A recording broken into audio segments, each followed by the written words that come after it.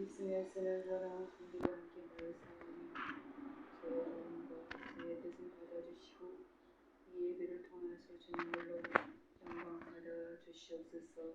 주님께서 우리에게 행하신 놀라운 은혜를 있으시고 만세전에 우리를 일찍이 택하여 주심으로 하나님의 자녀로 인쳐주심을 참으로 감사합니다. 이 변함없는 구원의 진리가 우리에게 임하였사오니 이 구원의 놀라운 감격을 그저 흘려버리지 않게 하시고 하나님 안에서 날마다 기쁨 가운데 주님의 구원을 날마다 감사하며 기뻐하며 찬양하는 저희들이 되게 하여 주시옵소서. 아멘. 하나님, 이제 주님께서 가까이 문 밖에 오심을 저희들이 여러 가지 세상에 돌아가는 사건 사고나 또 기상 이변을 통해서 주님은 이제 말씀하시고 계심을 저희가 압니다.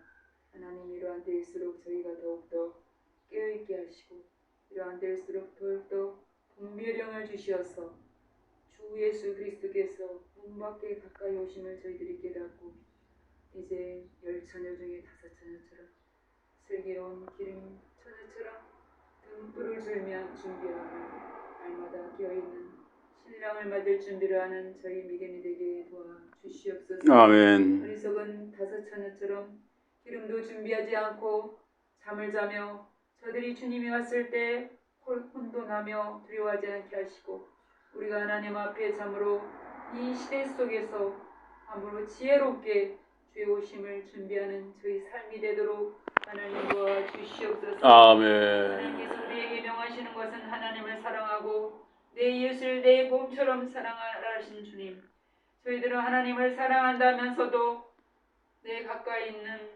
가족과 또 이웃과 내 주변에 있는 여러 사람들과 관계 속에서 이웃을 내 몸처럼 사랑하지 못하며 그것을 실천하지 못하는 어리석은 상태에 놓여 있을 때가 가끔씩 있습니다.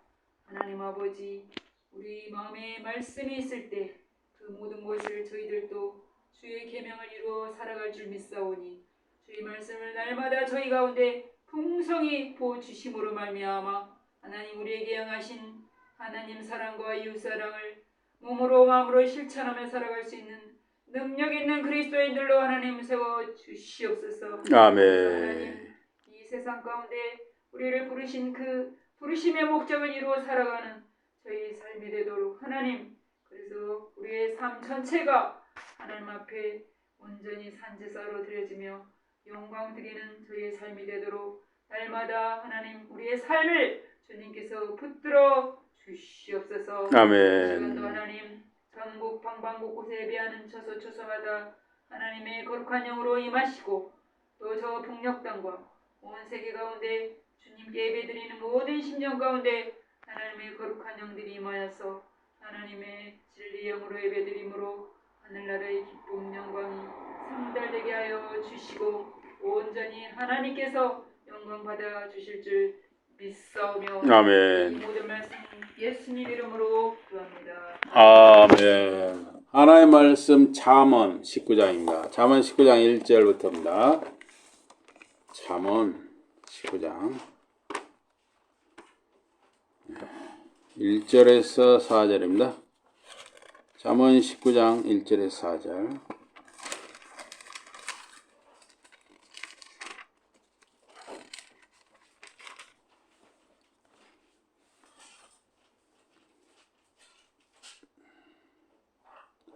한 목소리로 같이 보겠습니다. 잠언 19장 1절에서 4절 다 같이 19장 1절에서 4절입니다. 다 같이 시작. 가난하여도 성실하게 행하는 자는 입술이 배역하고 미련한 자보다 나으니라. 지식 없는 소원은 선하지 못하고 발이 급한 사람은 잘못 가느니라. 사람이 미련함으로 자기 길을 굽게 하고 마음으로 여호와를 원망하느니라.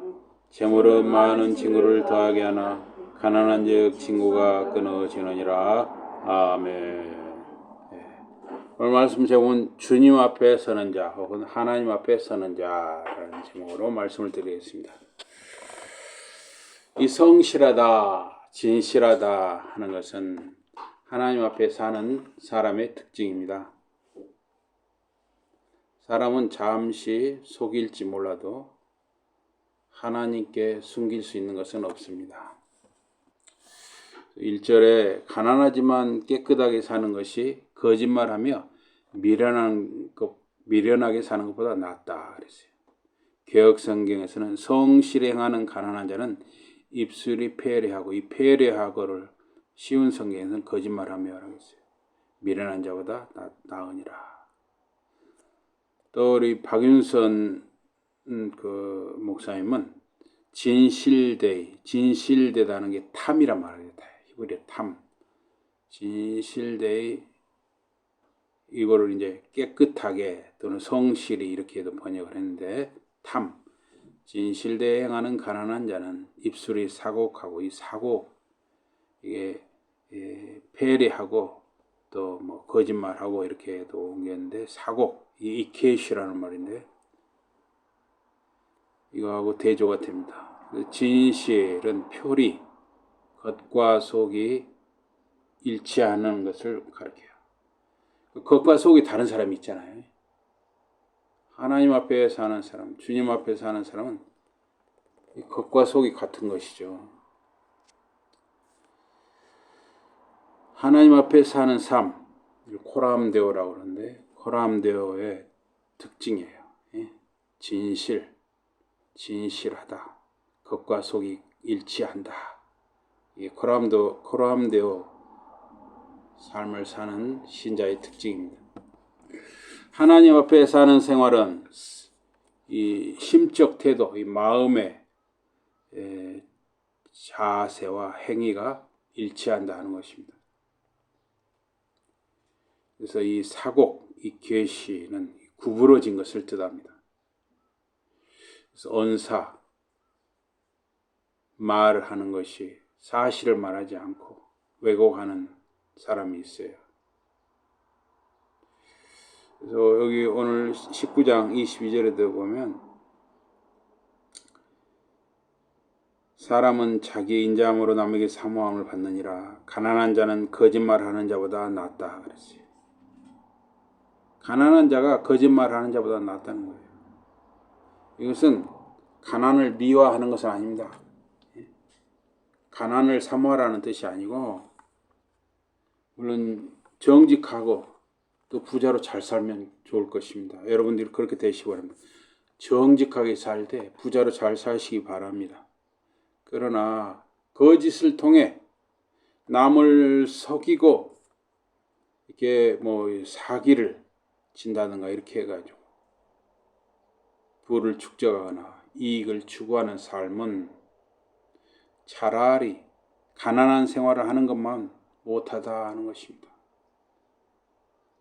되게 막 뇌물 받아먹고 속이고 하는 사람들 결국은 어디로 갑니까? 다 수갑 차고 쇠고랑 차고 감옥에 다 들어가잖아요. 그래서 거짓말을 해가지고 뇌물 받아먹고 해가지고 부자로 사는 것보다는 차라리 가난하게 사는 게 낫지 않느냐. 물론 정직하게 살면서 성실하게 해서 부자로 살면 가장 좋은 것이죠. 사람을 일시적으로 속일 수 있지만 하나님은 겉과 속을 살피십니다. 사람은 순간적으로 속일 수 있을지 모르겠어요. 하나님은 속일 수 없다는 것입니다. 그래서 그러한 사실을 모르는 사람은 미련하다 하는 것입니다. 시편 14편의 1절에 보면 하나님이 없다 하는 자는 미련하다 그랬어요. 어리석다 그랬습니다. 2절에 보니까 지식이 없는 열심은 좋지 않고 너무 서두르면 잘못된 길로 빠지고 만다 그랬어요. 개혁성경에서는 지식 없는 소원은 선하지 못하고 발이 급한 사람은 그릇하느니라, 잘못되느니라 그거예요. 박윤선 목사님은 또한 영혼이 지식 없음이 좋지 못하고 발이 급한 자는 범죄하느니라 그랬어요. 우리 19장 2절에서 개혁 개정은 지식 없는 소원은 선하지 못하고 발이 급한 사람은 잘못 가느니라 그랬어요.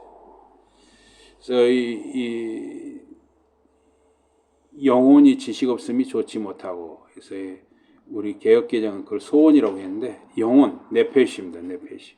이는 육신과 대조되는 내적인 존재, 이게 영혼, 네페시예요. 이것을 생명으로도 옮길 수가 있습니다. 그래서 영혼, 이 네페시에는 인간 생명의 본질과 가치가 담겨 있는 것입니다. 그 본질과 가치는 영원하다는 것이에요. 마태복음 10장 28절에 보니까 너의 몸은 죽일 수 있지만은 영혼은 죽일 수 없는 자들을 두려워하지 말아라. 영혼과 몸을 모두 지옥으로 보낼 수 있는 분이신 하나님만을 두려워해라. 그랬어요. 영혼은 이 영적인 지식, 즉 하나님을 알아야 하는 것입니다. 그래서 영적인 지식이 없는 영혼, 하나님을 알지 못하는 영혼은 5가지의 결핍된 생활, 5가지가 부족한 생활을 하게 된다 그랬어요. 첫째는 영적인 지식이 없는 영혼, 하나님을 알지 못하는 영혼은 삶의 기준이 없다는 거예요. 우리가 살아가는데 이 기준이 없으면 방황하게 되는 것이고 헤매게 되는 것입니다. 이런 사람은 하나님을 생각하지 않고 자기만을 위해 사는 것이에요. 두 번째, 이 하나님을 모르는 사람, 영적인 지식이 없는 영혼은 죄를 치유받는 방법, 죄를 해결받는 방법을 모르는 것입니다. 그래서 그리스도의 대속, 또 신앙, 회개를 모르는 것입니다. 세 번째로, 환난을 당했을 때, 어려움을 당했을 때 도움을 얻지 못하는 것이에요. 우리가 그리스도 안에 있는 우리는 환난은 하나님의 사랑에 매일 수가 있어요. 우리를 더 좋게 하기 위해서 하나님이 우리에게 잠시 매를 때리는 수가 있어요. 환난을 통해 겸손과 성화를 얻게 되는 것입니다. 그래서 이 밥을 굶어 본 사람은 이 밥 한 끼가 얼마나 소중한지를 알죠. 근데 밥을 한 번도 안 굶어 본 사람은 이 밥이 얼마나 소중한 것인가, 얼마나 고마운 것인가를 모르죠.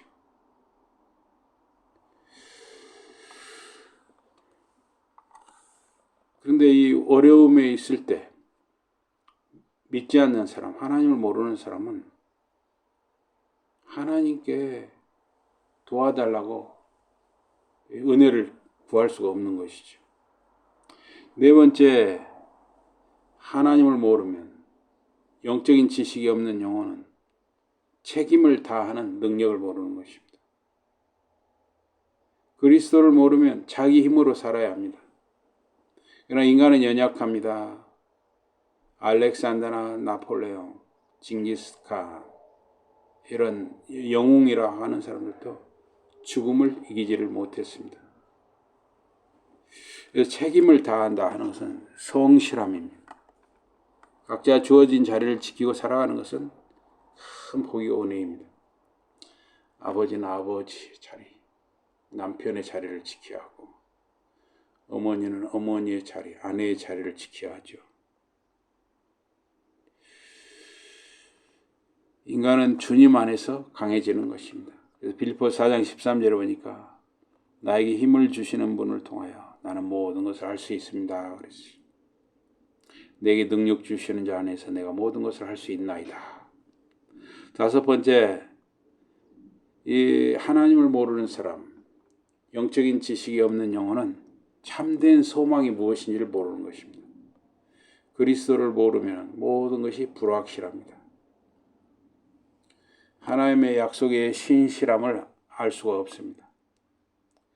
그래서 이 발이 급하다 하는 것은 성급하고 경솔하다는 뜻입니다. 그래서 하나님의 뜻을 알아보거나 기도하지 않습니다. 자기 생각과 충동대로 움직입니다. 참 위험한 것이죠. 발이 먼저 움직이는 사람이 있어요. 손이 먼저 움직이는 사람이 있어요. 참 무서운 거예요. 생각하고 기도하고 묵상하고 해서 정말 신중하게 결정을 해야 될 일을 너무 손이 움직이고 발이 움직여서 결정하는 사람이 있단 말이에요. 굉장히 위험합니다. 주위에 그런 사람들이 많아요. 읍내 봐보십시오. 1년을 못 가서 6개월을 못 가서 문 닫는 가게들이 많아요. 한번 가게 열었다가 문 닫으면 1,000만 원 우습게 날아가는 것이죠. 수천만 원이 날아가요. 망하는 것입니다. 그런데도 아주 손이 급하고 발이 급해가지고 그냥 쉽게 결정을 한단 말이에요. 그 가게 문제뿐만 아니라 모든 일이 그런 거죠. 사람과 사람이 만나는 거, 또 배우자를 만나는 거, 다 그런 것이죠. 발이 급하고 손이 급하면 안 돼요. 하나님의 뜻을 묻고 기도하고 말씀으로 묵상하고 또 묵상해야 하는 것이죠. 그래서 이러한 실수는 우리 신자들, 경건한 사람도 저지를 수가 있기 때문에 늘 자기를 쳐서 복종시켜야 하는 것입니다. 성경에도 보면 실수를 저지를 뻔하는, 기도한다는 분들도 실수를 저지를 뻔한 경우가 있어요.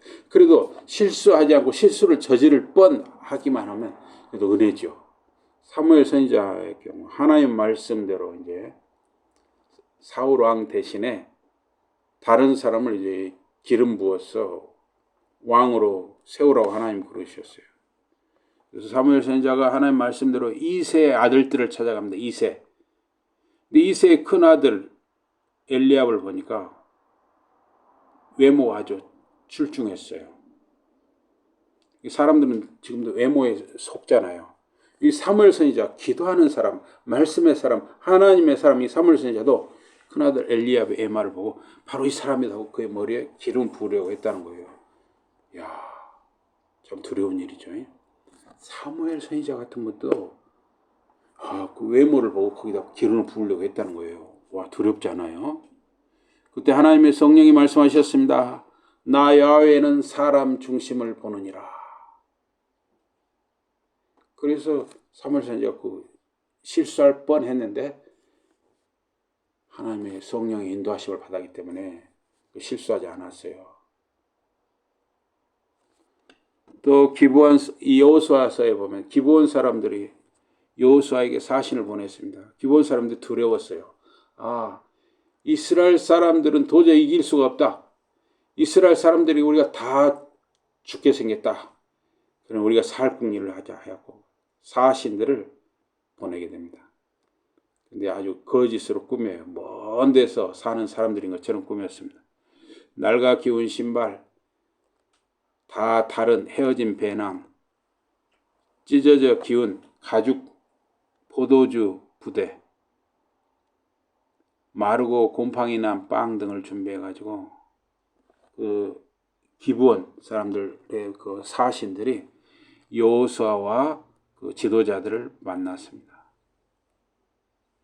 그래서 여호수아 지도자들이 그 기브온 거민 사신들을 보니까 행색이 정말 아주 멀리서 그냥 한 달 아니면 몇 달을 여행을 와가지고 일부러 지금 화친 조약을 맺기 위해서 온 사람들처럼 보인 거예요. 속아 넘어갔어요. 그러면 이때 여호수아 지도자들 어떻게 하겠어요? 하나님께 물어봐야 하잖아요. 이 사람들하고 화친 조약을 맺어야 됩니까? 하고 물어봐야 하잖아요. 또 거기 레위 제사장들도 있고 하니까 물어봐야 되는데 그냥 여호수아 지도자들이 그 기브온 사람들의 그 꾸민 모습만 보고 믿어버린 것이죠. 라고 화친 조약을 맺었어요. 며칠이 지난 후에 그들이 가까운 기브온 거민들, 기브온 사람들이라는 것을 알았죠. 그러나 이미 화친 조약을 맺었기 때문에 그걸 번복할 수가 없어요. 화친 조약은 하나님 앞에서 맺은 거니까. 그래서 기브온 사람들을 이제 이스라엘 사람들의 종으로 삼았죠. 살려주게 됩니다. 또 열왕기상 13장에 보면은 하나님의 사람 하나가 주의 말씀을 듣고 유다에서 베델로 갔습니다. 그 여로보암 왕이 북이스라엘 여로보암 왕이 제물을 바치려고 제단 곁에 서 있었습니다. 여로보암 왕은 금송아지를 만들어 놓고 베델에 금송아지를 나타나 놓고 거기다가 제사를 지내도록 했어요. 북이스라엘 사람들에게. 근데 마침 하나님의 사람이 거기를 갔을 때 여로보암 왕이 그 금송아지 앞에서 우상 앞에서 제물을 바치려고 제단 곁에 서 있었어요. 하나님의 사람이 주께 받은 말씀을 제단을 향해 외쳤습니다. 제단아, 나 야훼가 말한다. 다윗 가문의 요시야라는 아들이 태어날 것이다. 그가 지금 여기서 제사 드리는 산당 제사장들을 죽여서 내 위에서 제물로 바칠 것이다. 사람 뼈를 내 위에서 태우리라. 이어서 그 하나님의 사람이 징표를 제시했습니다. 이 제단이 갈라지고 그 재가 땅에 쏟아지리라. 그러자 그 북이스라엘 왕 여로보암 왕이 제단에서 손을 뻗어 저놈 잡아라 했어요. 저놈을 잡아라 그랬어요. 그런데 그 순간 그의 뻗은 손이 굳어버린 거예요. 이 손이 이게 오그라지지 않아요. 그대로 이게 그대로 나무처럼 굳어버린 거예요. 그리고 그 순간에 그 제단이 갈라져 재가 땅에 쏟아졌습니다. 그래야 그 여로보암 왕 북이스라엘 왕이 하나님의 사람에게 말했습니다. 완전히 다급한 것이죠. 좀 병신되게 생겼으니까. 당신의 주 하나님께 기도하여 내 손을 낫게 해주시오. 다급하니까. 하나님의 사람이 주께 기도하니 왕의 손이 회복되었습니다. 거기에 지금 여로보암 왕의 제단에서 제사를 지기 뭐 이렇게 거기 북이스라엘 사람들 웬만한 사람들 거기 다 모여 있는 거예요. 거기 수십만 수백만 명이 모여 있는데 그 일을 다 보고 들은 것이죠. 그래서 왕이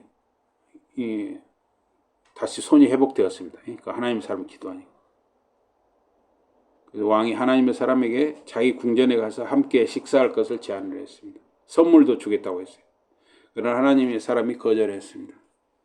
야훼께서 아무것도 먹거나 마시지 말라고 명령했기 때문입니다. 그리고 주 말씀대로 오던 길로 가지 말고 다른 길로 돌아가라 했기 때문에 다른 길로 돌아가는 중에 베델에 늙은 예언자가 그 소식을 듣고 그 하나님의 사람을 쫓아갔습니다. 그래서 그 하나님의 사람이 상수리 나무 아래 앉아 쉬고 있었습니다. 이 사람이 지금 먹지를 못했어요. 한두 끼만 먹어도 지치지 않아요. 또 먼 길을 걸어와서 또 먼 길을 가는 거예요. 지금 걸어서 가는 거예요. 그런데 지금 뭐 한두 끼만 굶는 게 아니라 너무 지금 지친 거예요. 너무 배고프고 너무 지치고 그래가지고 지금 그 나무 아래 지금 그 쓰러져 있다시피 해서 지금 상수리 나무 아래 그 쉬고 있어요. 얼마나 배가 배고프고 얼마나 지금 지친지 몰라요. 그 쓰러질 지경이에요. 그 늙은 예언자가 그 하나님의 사람에게 거짓말하는 거예요. 주께서 나도 선지자인데 그 늙은 예언자가 나도 선지자인데 주께서 천사를 자기에게 보내서 그 하나님의 사람을 초대하여 식사를 대접하라 했다고 거짓말했습니다. 그러니까 이 하나님의 사람이 너무 배가 고프고 지금 지쳐 있단 말이에요. 그 순간에 분별력과 자제력을 잃었어요. 또 어떻게 보면 타협하는 마음이 있는 것이죠. 아, 저 사람도 선지자고 저 사람도 지금 천사의 말을 듣고 좀 나한테 좀 권하는데 어떠랴 한 것이죠. 순간적으로. 우리가 하나님의 말씀대로 산다는 것은 우리 주어진 조건과 형편과 처지를 이겨야 하는 것입니다. 우리가 그 핑계를 되게 좋잖아요. 너무 지금 지쳐 있습니다. 너무 배가 고픕니다. 지금 죽겠습니다. 그럴 때 어때요? 타협하게 되잖아요. 그래서 이 하나님의 사람도 분별력과 자제력을 잃고 타협해버린 것이죠. 그 늙은 예언자 말을 듣고 그의 집에 가서 먹고 마시고 쉬었습니다. 그때 주께서 하나님께서 그 늙은 예언자의 입을 통해서 역사를 한 거예요. 그때 하나님의 말씀이 그 늙은 예언자 입에 들어간 거예요. 그 하나님의 사람에게 말씀하셨습니다. 너는 주의 말씀대로 먹거나 마시지 말라 한 명령을 어겼으니 너의 몸은 내 조상들 무덤에 묻히지 못할 것이다. 얼마든지 변명할 수 있잖아요. 하나님, 무슨 말씀입니까? 제가 지금 한 길을 걸어왔고 한 길을 걸어가다가 지쳐서 너무나 배가 고프고 너무 목이 말라서 이 선지자 말을 제가 들은 거 아닙니까? 이 선지자도 지금 천사가 보냈다고 한 거 아닙니까? 그래서 제가 먹고 마시고 좀 쉬었는데 왜 저를 벌하려고 하십니까? 얼마든지 변명할 수 있잖아요. 그러나 하나님께서는 너는 주의 말씀대로 먹거나 마시지 말라 한 명령을 어겼으니 너의 몸은 내 조상들 무덤에 묻히지 못할 것이다. 하나님의 말씀대로 산다는 것은 사실은 고난이에요. 하나님의 말씀대로 산다는 것은 고난인 것입니다. 그래서 하나님의 사람은 길을 가다가 하나님이 보낸 사자, 심부름꾼이 아니에요. 라이온입니다. 라이온, 진짜 라이온. 사자에게 물려 죽었습니다. 열왕기상 13장을 한번 집에 가서 묵상하며 읽어보시기 바랍니다. 하나님의 말씀에 순종하는 것은 여러분과 저의 형편과 처지를 넘어서야 하는, 극복해야 하는 고난의 길입니다. 우리 얼마든지 변명할 수 있습니다. 그러나 그 변명조차도 때로는 용납하지 않으신 겁니다. 그 하나님의 사람은 너무나 배가 고프고 목이 마르고 지쳐서 그 늙은 예언자의 거짓에 속아 넘어갔습니다. 그러나 그것조차도 하나님은 용납하지 않으셨다는 거죠. 저를 포함한 우리 신자들도 실수를 저지릅니다. 그래서 선줄로 생각하는 자는 넘어질까 조심하라 그랬어요. 고린도전서 10장 12절. 여기 3절에 보니까, 오늘 본문 3절에 보니까 사람은 미련해서 자기 삶을 망쳐놓고도 마음으로는 주께 화를 낸다 그랬어요. 그래서 본문 3절에, 우리 3절 한번 읽어보겠습니다. 3절 다 같이 3절입니다. 3절 다 찾으셨습니까? 다 같이 시작. 사람이 미련함으로 자기 길을 굽게 하고 마음으로 여호와를 원망하느니라. 잘못은 자기가 해놓고 하나님을 원망한다는 거예요. 사람의 미련함이 자기 길을 전복시키고 뒤집어졌다는 거죠. 그의 마음은 여호와를 거스려 분풀이 하느니라. 사람들이 일을 저지르고 하나님을 원망하는 것은 범죄한 조상 아담이 시작했습니다. 그는 선악과를 먹은 자기 범죄가 하나님이 주신 여자 때문이라고 하나님을 원망했습니다. 아담 아들 가인은 자기 동생을 죽이고 하나님의 죽음과 징벌을 받자 하나님을 원망했습니다. 제게 내리는 이 형벌이 너무 무겁습니다. 원망을 했습니다. 하나님을 원망하는 것은 전능하신 주님과 다투는 범죄인 것입니다. 이사야 45장 9절에 보니까 자기를 지으신 분과 다투는 사람아 내가 비참한 일을 당하게 되리라. 너는 깨진 한 옹기에 질그릇에 지나지 않는다. 지늘기, 옹기를 만드는 사람, 질그릇을 만드는 사람에게 당신은 지금 무엇을 만들고 있는 거요? 또는 손잡이가 없지 않소? 하고 따질 수 있느냐? 하나님께 대드는 것은 발 뒤꿈치로 송곳을 차는 미련함이라 그랬어요. 사도행전 6장 14절에. 우리는 모두 땅에 엎드렸습니다. 그리고 아람말로 사울아 사울아 어찌하여 내가 나를 박해하느냐? 뾰족한 머리 막대기를 발로 차면 너만 아플 뿐이다 하는 목소리가 들려왔습니다. 사도 바울은 부활하신 주님을 다메섹으로 가는 길에서 만난 이 사건을 여러 번 전도하면서 여러 차례에서 수많은 사람들이 간증을 했던 것입니다. 다윗은 자기 잘못으로 받는 징벌을 받으며 하나님을 원망하지 않았습니다. 그래서 다윗도 참 여러 가지로 부족한 것이 많은 사람이지만 일단 하나님의 징벌을 받았을 때 하나님을 원망하지 않고 그것을 내가 잘못했으니까 당연히 받는 거다 하고 받았다는 거. 이 태도가 참 훌륭하다는 거예요. 그래서 우리 아내와 불륜을 통해 낳은 아들이 병이 드니까 혹시 하나님이 살려주실까 해서 엎드려 금식하고 기도했습니다. 그러나 아이가 죽으니까 그 징벌의 죽음을 받아들이고 주님께 예배하고 씻고 옷을 갈아입고 음식을 먹었다 그랬습니다. 그러니까 어느 과정까지는 혹시 하나님이 용서해 주실까 해서 엎드려 금식하고 기도했지만 이건 하나님이 용서해 주시는 것이 아니구나 했을 때는 그걸 받아들이고 그렇게 했다는 것이죠. 또 압살롬 반역으로 다윗이 피난길에 올라왔습니다. 그러자 그 베냐민 사람 시므이가 다윗을 저주했습니다. 그래야 부하 아비새가 그 저주하는 시므이를 제거하려고 했습니다. 그래서 다윗이 그를 말렸습니다. 야훼께서 주님께서 시므이를 통해서 자기를 저주하는 것이니 그냥 두라 했습니다. 자기 몸에서 난 아들 압살롬도 자기 생명을 노리는 상황이니 그 베냐민 사람 정적이잖아요. 사울 가문, 이 베냐민 가문과 이 유다 지파 가문, 다윗 가문은 정적이잖아요. 정적.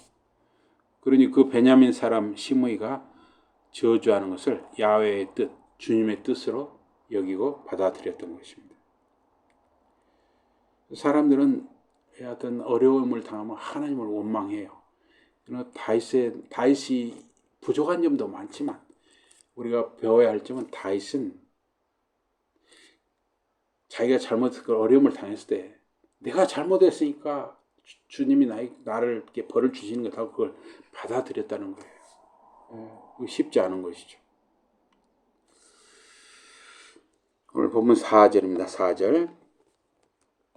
재물은 많은 친구를 더하게 하나 가난한즉 친구가 끊어지느니라. 부유해지면 벗이 많아지고 옹색해지면 있던 친구도 멀어진다 하는 것입니다. 재물은 많은 친구를 더하게 하지만 가난한즉 친구가 끊어지느니라.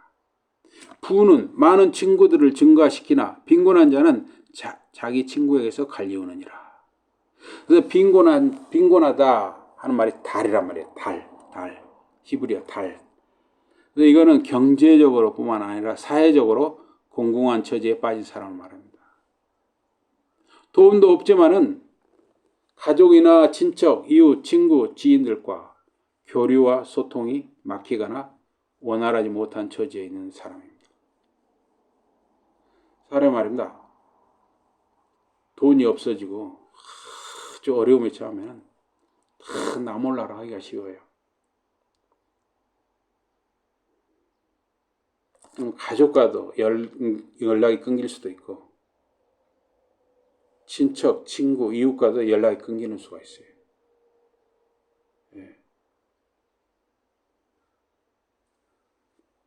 이 빈곤한 자.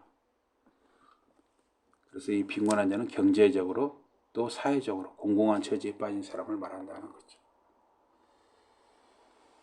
그래서 재물을 보고 찾아오는 친구는 참되지 못하는 거죠. 돈이 많은 사람한테는 자꾸 친구들이 붙어요. 뭐 국물이라도 떨어질까 해서.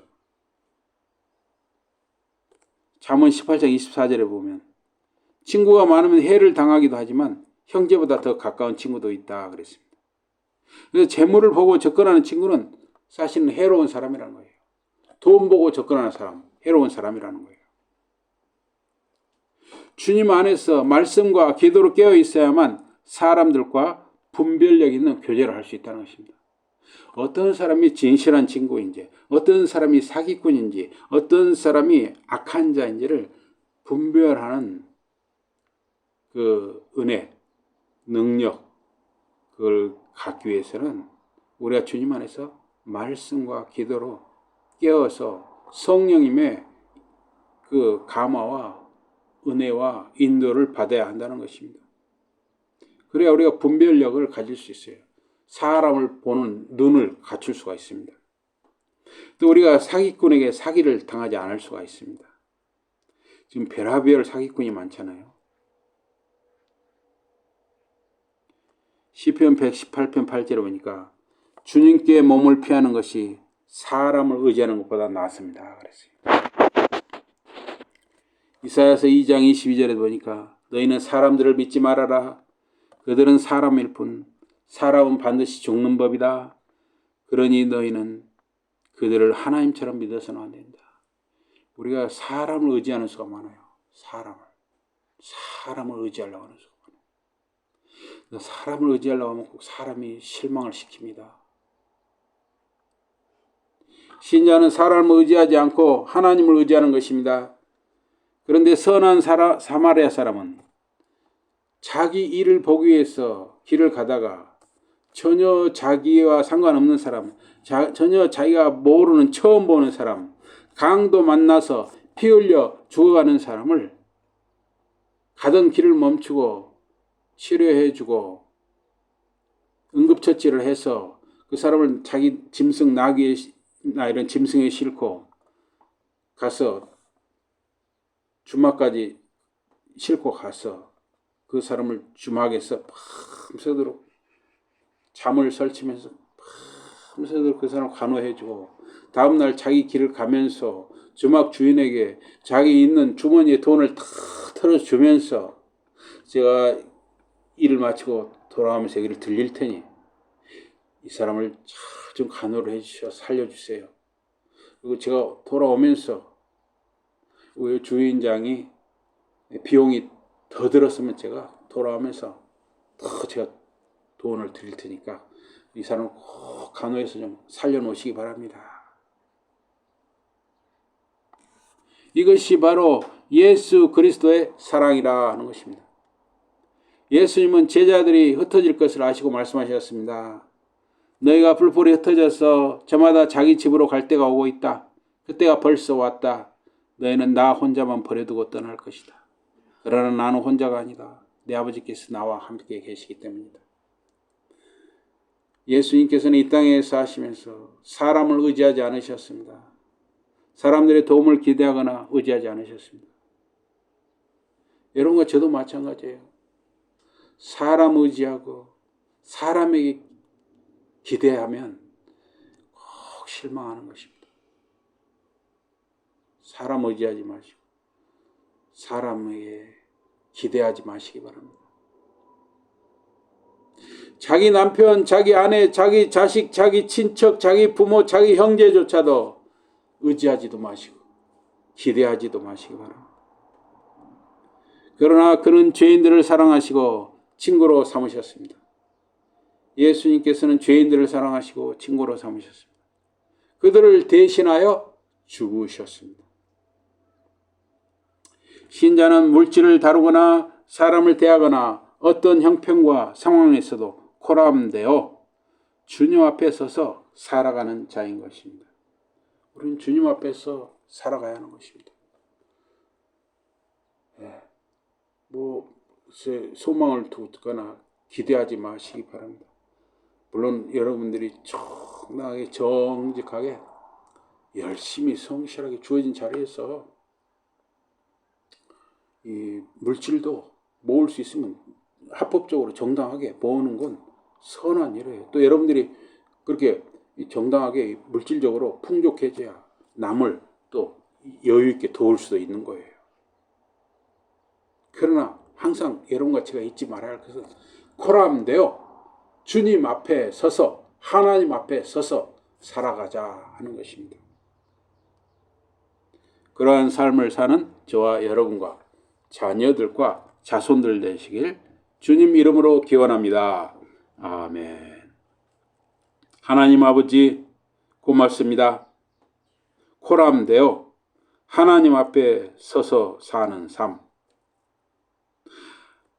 사람은 속일지라도 하나님만은 속일 수 없사오니 저희들이 항상 하나님 앞에 서서 살아가게 하시고 저희들의 자녀들, 자손들이 다 하나님 앞에서 사는 삶, 코람데오의 삶을 살게 하여 주시옵소서. 예수 이름으로 감사 기도드리옵나이다. 아멘.